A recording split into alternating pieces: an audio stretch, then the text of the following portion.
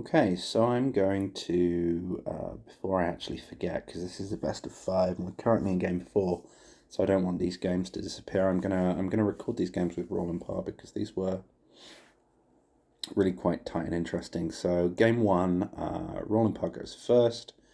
He's got a 3 and straight in for the Ravager.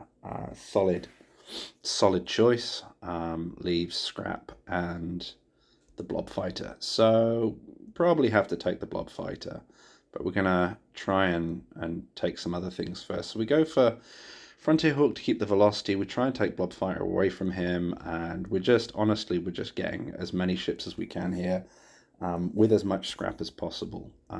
So 2 scraps, a Frontier Hawk, which is always good, and we've removed Blob Fighter from Rawlinpa's get. So now probably if he has a 4, he probably wants Mining Mech, and he doesn't have 4. He does in fact have a 4. Goes Mining Mech, and he doesn't have the 5th trade there. So we've now got choices. With our light cruiser, we can kind of lean into yellow, or we can try and do the scrap game. We take the Imperial Fighter just to see what drops. It gives us the option of Destroyer Bot or light cruiser, but you really can't turn down a light cruiser when you've got a Frontier Hawk and a fighter on the go. So we've got an 11 card deck, but we've got a Frontier Hawk, so we kind of are square. Philip goes into this one picking up some scrap, blows up scrap and a base that he thinks we're probably going to be able to pick up, and he's correct. And he drops up some lovely 2s. We are going to take that, and we end up taking the second Frontier Hawk instead of the Lancer. Hindsight, maybe I should have taken the Lancer, but Frontier Hawk's still a very good card. So we got lots of stuff going on in the next hand. Philip does not bottom Mining Mech, Boo earns, and then picks up some more trade because there is a factory world out there and he does want it. So picks up the Lancer to prevent us getting it and protect his future investment in bases, because we are a million miles away from getting any of these bombs. So in a Frontier Hawk, we do actually get into the next yellow, so we draw a card, so we're now no longer square, but that suits us because all of our good stuff didn't bottom, so we're going to scrap out, hit some damage, and pummel.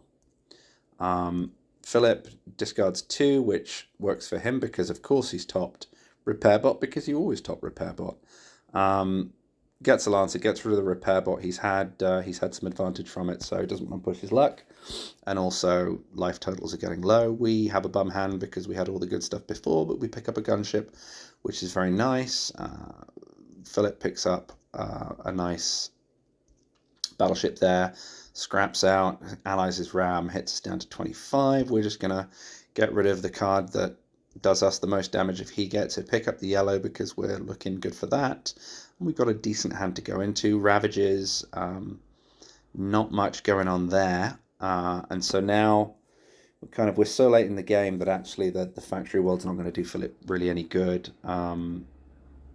We're not interested in him having flagship, but we do kind of luck out here. Now, this is a kind of interesting one where a lot of our damage is kind of at the bottom of our deck, and if we play the Frontier Hawk, we flip into not as good really cards. So there's an option here to, because we've got 13 on the table and 7 in hand, so do we flip into potentially a whiff, leaving all this good stuff out of our next deck, reducing our chances of getting lethal, or do we go for it? Go for it, and we get lucky and get a gunship. We do finish Phil off here. So game 1 down, and 1-0 is the deal.